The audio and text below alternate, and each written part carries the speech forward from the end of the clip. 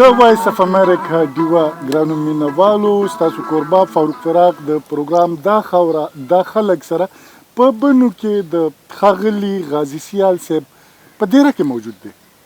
غازي سیال د پښتو هغه وتلی شاعر دی چې په لسګونو د پښتو کتابونه لیکلي دي، بله فلمونو له سندرې لیکلي دي، د په خپله غوره ادبي خدماتو باندې د پاکستان د حکومت نه صدارتي ایوارډ نه راواخله بله نورې جایزې ایوارډونه ګټلي دي.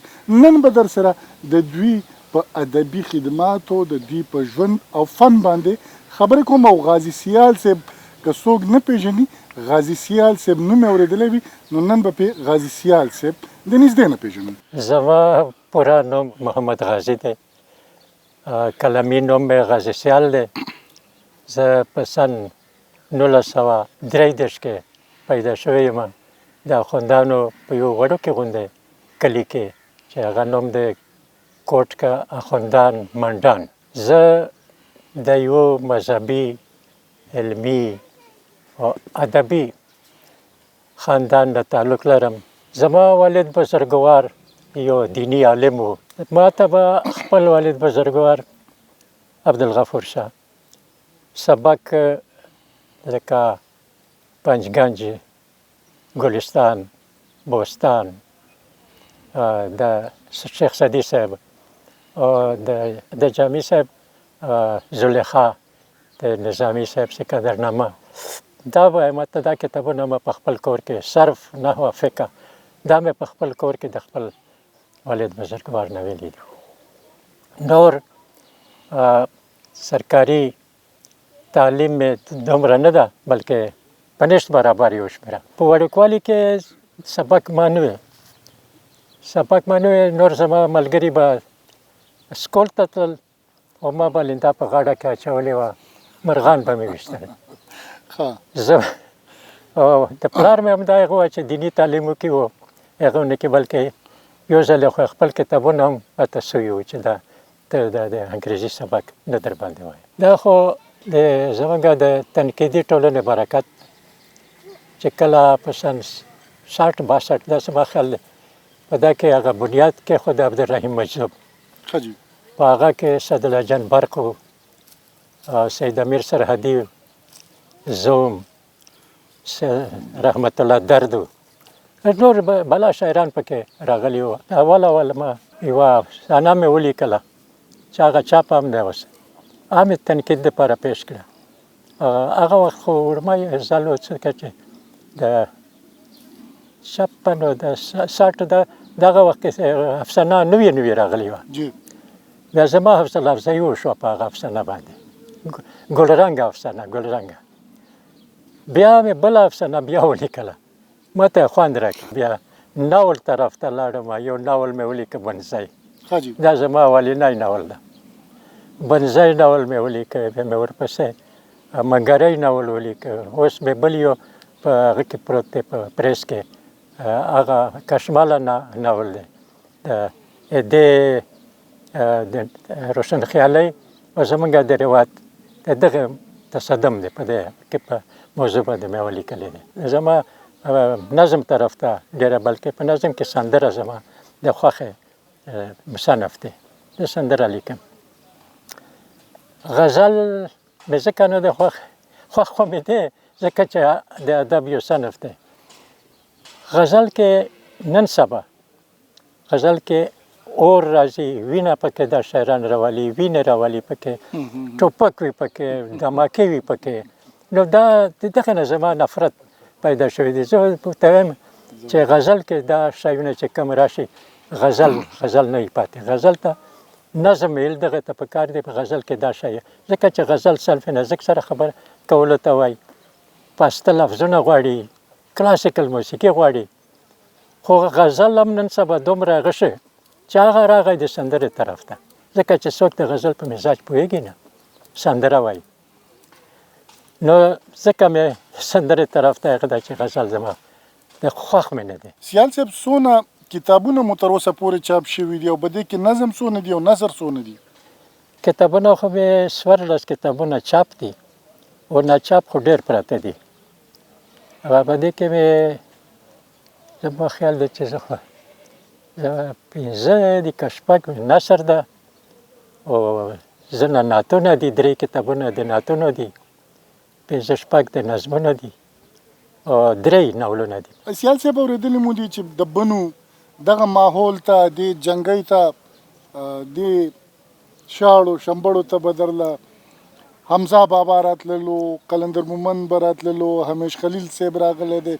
د دغه خلکو سره د دغه لویو هستیو سره هغه خپل نږدېوالی که راته وښیې، دلته به مو څه غونډې کولې که نه، د دې راتګ به څه دپاره مقصد به غونډه خو ده د تنقیدي ټولنې هغه زموږ تنقیدي ټوله وه، هغې ته به دوی راتلل او دغه ځای به هغه تنقید اټن کوو، بیا به تلل هغه ته به راتلل، هغه تنقیدي نشست به یې کوو. دغه ستاسو ناسته پاسته د خواصو سره وه او بلکل.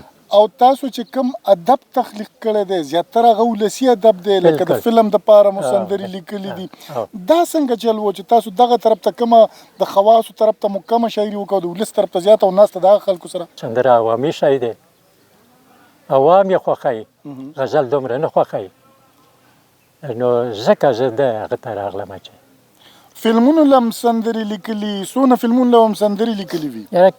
قریبا د څه کم 50 فلمونو ته به مې سندرې لیکلي. هغه فلمي سندرې چې زیاتې مشهورې شوي دي، که د هغې نه راته یوه سندره په خپل غږ باندې زمزمه کوي، لکه دغه زما د اشنا کلی دی، دا خو ریډیوي سندره ده، دغه ریډیوي سندره ده. خوا کې شنه فصلونه زانګې ما لیدلی دی، دغه زما د شنه کلی دی، زما زړګی چې پې ډاډه دی څومره ښکلی دی، دغه زما د شنه کلی دی. دا خړ کورونه په ما ګران دي، د پاکې مینې مې رازدان دي. دا خړ کورونه په ما ګران دي، د پاکې مینې مې رازدان دي.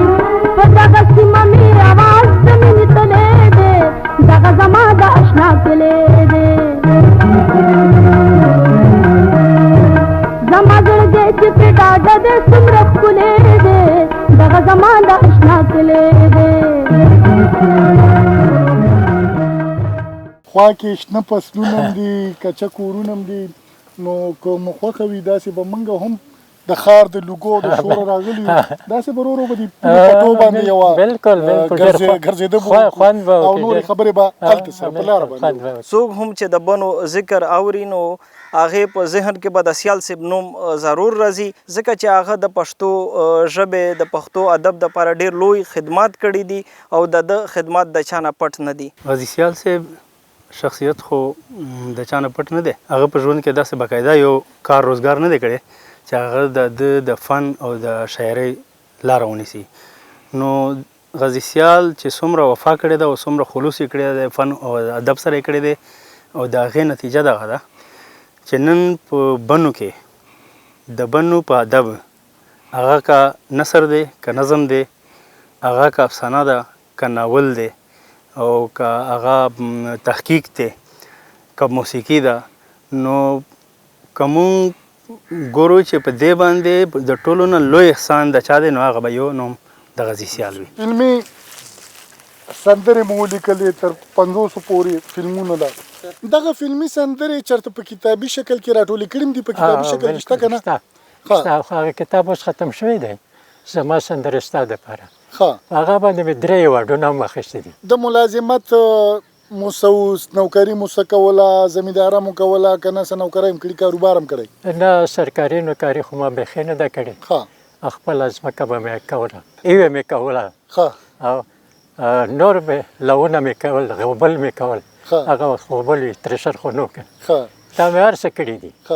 او څنګه د چونکې ژوند خو م رنګین تېر کړی، فلم انډسټري داسې به داسې څه نه ده زما په زړه کې هېڅ ارمان پاتې نه دی خپلې هغه سندرې که راته یاد کوي چې کومې مشهورې شوي دي او اوسه پورې زموږ مینوال ته شاید چې دا پته نه وي چې دا د سیال صاحب سندرې دي لکه جورې کورمې ته نصیب راوړې یم داسې نورې څو سندرې که راشه جانانه وخته دیدن د سبا به نوي دیدن یا کاروان د ژوندانه به همیشه داسې روان یا زه غریزه پیغله په ساده ناسته به تر عمره یم ستا په نوم پیغلې همیشه مري د وفا په نوم زه د دنګو غرونو د سرونو سلنه یم مسته لیونې یم او د غره لمنه کې شپونکي شپېلۍ غږوه زما ساده ساده لالي شپېلۍ غږوه دغه ډېرې مشهورې سندرې دي نو اوس دې وخت کې که موږ خپلو مینوالو ته ستاسو دا سندره وغږو نو څنګه به چې د غره لمنه کې شپونکیا مینوالو د غازي سیال صاحب دغه سندره درته اورو خوند ترې واخلئ چې د غره لمنه کې شپونکیا شپېلۍ غږوه